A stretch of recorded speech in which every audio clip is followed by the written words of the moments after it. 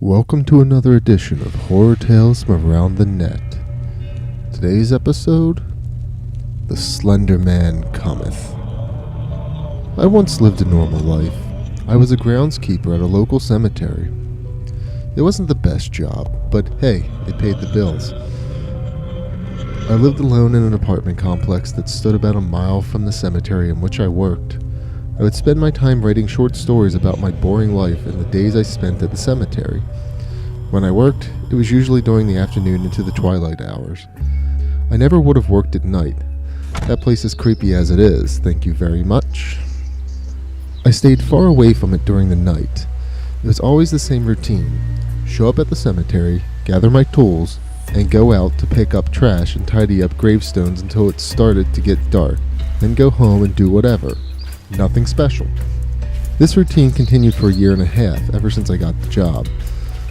Not once did I ever run into anything spooky, like you'd see in a cheesy horror movie. There were never any black cats or curses, and certainly no zombies crawling out of the ground to eat my brains. However, there was one day that would change my life forever. The day I saw him, or rather it. The day I saw the Slenderman. It started off like any other day. I walked to the cemetery, got my tools, and headed out to pick up the trash. But something felt different that day. It was hard to explain, but I felt as though I was being watched.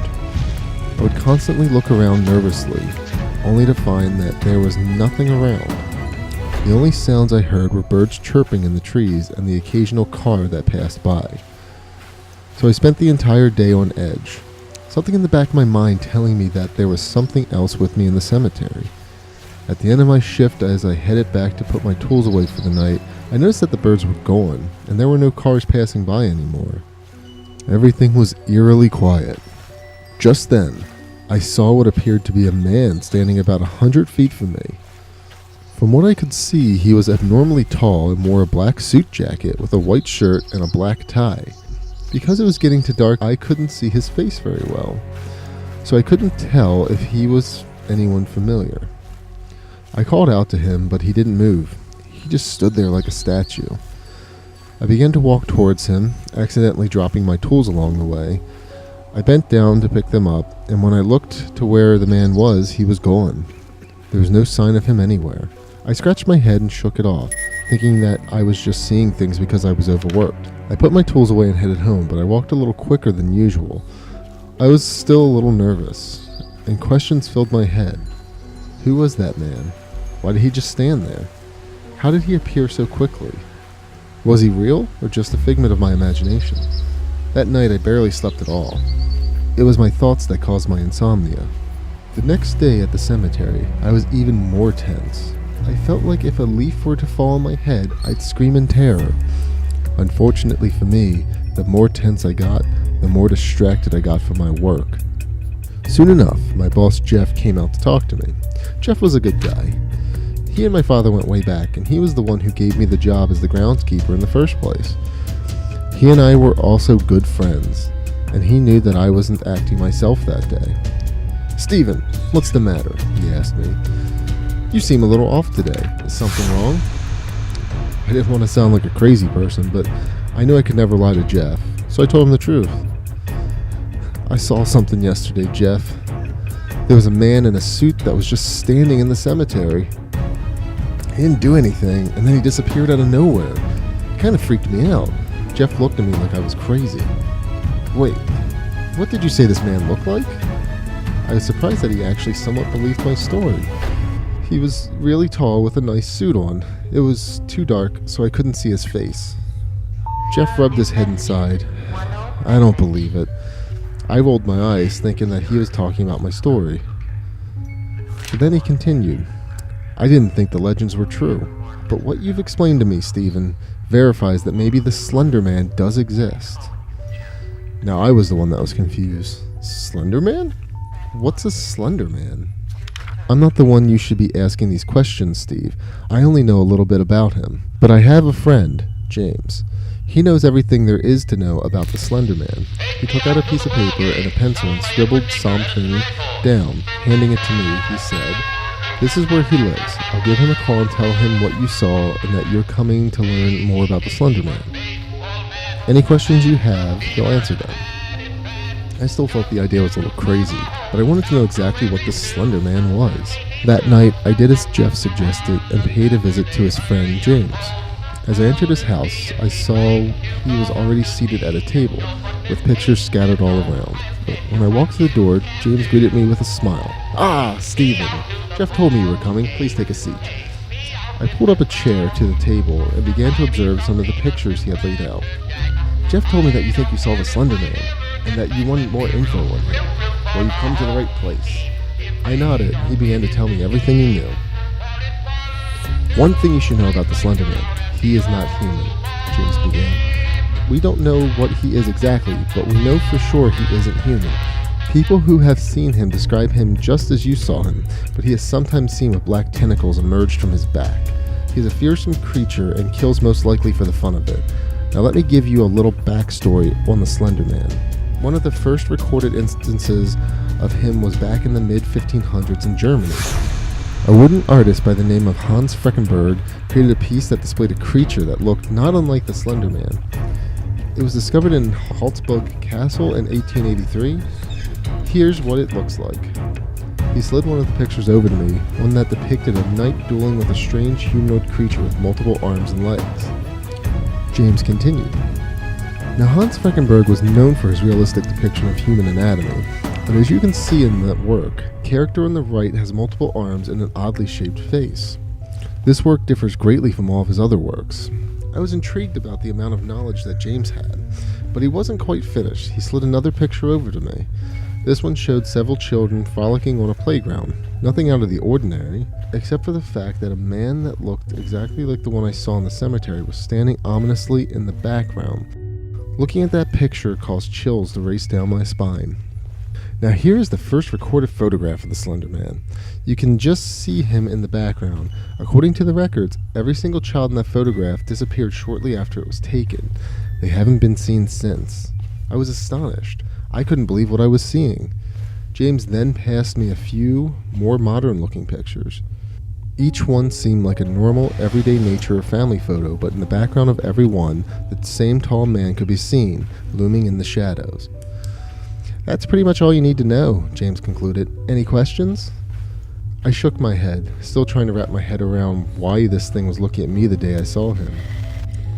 "The Slender Man is a mysterious force, Stephen," James told me. "Nobody knows exactly why he does the things he does. Whether he does it for sport or he is a pawn for some higher being, we will never know." Coming to this realization, I knew that I had to do something. I decided the next day I would find the Slender Man and see for myself what kind of monster he was. I figured he was probably still in the vicinity of the cemetery, so I would hopefully find and capture him. "I wouldn't try that if I were you," James warned. "The Slender Man has powers that you wouldn't believe. It's best to let nature take its course, and whatever you do, don't try to approach him if you sight him."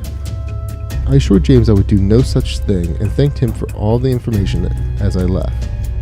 However, I was still content on attempting to end the Slender Man's reign of terror once and for all. I worked through the next day like it was any other day, but I kept my guard up the whole time, looking for any signs of the Slender Man. There was no sign of him the entire day, but once my shift was over, I put away my tools, except for a flashlight, and headed over to where I saw him, standing just a couple of days prior. Like that faithful day, everything was eerily quiet. No birds or cars made any sound.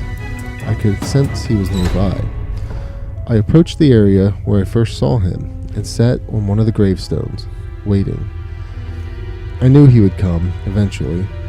After about 20 minutes, I began to give up hope until I heard rustling coming from the woods that surrounded the cemetery. It was beginning to get darker, and I got a little nervous. I had never been in that area when it was that dark before. It was almost pitch black now, and I only had the full moon and my flashlight for light. I gathered up some confidence and walked into the woods, my flashlight shining through the darkness. I followed the rustling sound through the woods, and it began to get louder and louder. It grew closer and closer, and my heart began to race. Sweat formed on my brow, and my hands shook as I tried to hold the flashlight steady. "Show yourself!" I ordered as loudly as I could. Suddenly, from out of the brush of the woods came a squirrel. I let out a deep sigh of relief as the squirrel just stared at me for a few seconds. Then it took off running away from me. I thought nothing more of it. It was a squirrel after all. They're usually afraid of their own shadow. I turned around and felt like I walked into a brick wall. I fell hard to the ground and dropped my flashlight. I couldn't see much, but I could see the outline of a figure, illuminated by the full moon. I stumbled around like a madman, grabbing for the flashlight. I found it and shined it at the figure. I started at its legs and moved the light up its body. When I hit its torso, I saw what it was wearing, a suit and tie. I swear I felt my heart stop for a moment. I shined the light up at its face and gasped in horror at what I saw. This creature had no face. It looked like an empty canvas. No hair, no face, no nothing. Just a pale white head looking down at me as if it knew I was there.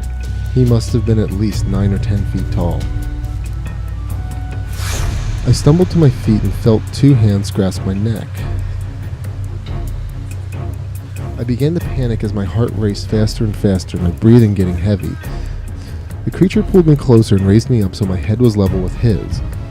I stared into where his face should have been, and he tilted his head as if he were observing me. I could barely breath as his grasp grew tighter around my neck.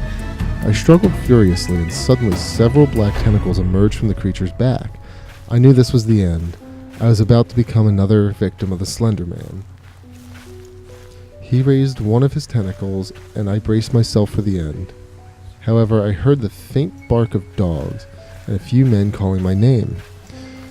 The creature turned his head toward the noise, and then back at me. He took the raised tentacle and wrapped it around my forearm. A burning pain shot through my entire arm, and I winced in pain. If that thing's hand hadn't been cutting off my air supply, I would have screamed bloody murder. The pain was unlike anything I had ever experienced before. The creature dropped me to the ground and stood above me for a few seconds. I looked up to it, and I swear he nodded to me before fading into the surrounding darkness. I gasped for breath as the men found me. Jeff was with them. "Steven, what the hell happened here? We heard yelling, so we came to find out what was wrong." With what little energy I had left, I let out a whisper, barely audible. It was the Slender Man. And then everything went black. When I awoke, I found myself in a hospital bed, my neck and forearm still in pain. Once I had regained complete consciousness, I looked down at my forearm and saw that there was a black mark where the Slender Man had wrapped his tentacle around me. I stared at it for a few minutes, trying to contemplate why it had spared my life and left me with just a black mark. Before I had a chance to think anymore, Jeff and James came into my room, Jeff carrying my laptop. "How are you feeling, Steve?" Jeff asked me. "Still in a little bit of pain," I replied. "The doctors say I should be out in a couple days, maybe even tomorrow." "I warned you not to approach him," James shook his head. I figured he would be a little upset with me. "I know. I really should have listened to you," I apologized. He put his hand on my shoulder in comfort. "It's alright. I know how you feel. You wanted to get an up-close and personal view of the Slender Man. Who wouldn't? I'm just surprised he let you live." I was just as surprised. Had it not been for the men calling my name, I probably wouldn't have gotten so lucky. Soon later, Jeff handed me my laptop. "Why'd you bring this?" I asked him. "Because you need to tell your story," he replied. "The story about how you met and survived the Slender Man. I'm sure a lot of people are going to want to hear about it." "But who's to say anyone will believe it?" I asked skeptically. James smiled and put his hand on my shoulders. "Stephen, for every skeptic, there's a believer. I'm sure someone out there will believe it. Hell, maybe there's someone who's had an experience just like yours. Now get some rest before you start writing. You need it." The two started to walk away until I called to them. "Hey guys, why do you think he left me with this?" I showed them the black mark on my arm, and James rubbed his chin. "No idea. I've never heard of any reported cases of this happening. Maybe since you were lucky enough to survive him, he gave it to you as something to remember him by?"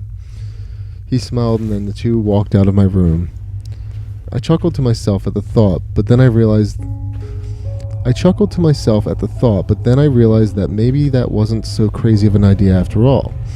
I opened my laptop and began writing this story. My story. The story of my experience with the Slender Man. If I learned anything from the ordeal, it's that we may never know who or what the Slender Man is exactly, and where he's going to show up next. But I give this warning to you, dear reader. Beware the Slender Man, for the Slender Man watches us all. The end. Thus concludes this horrifying tale from around the net. Join us next time for another spine-tingling episode.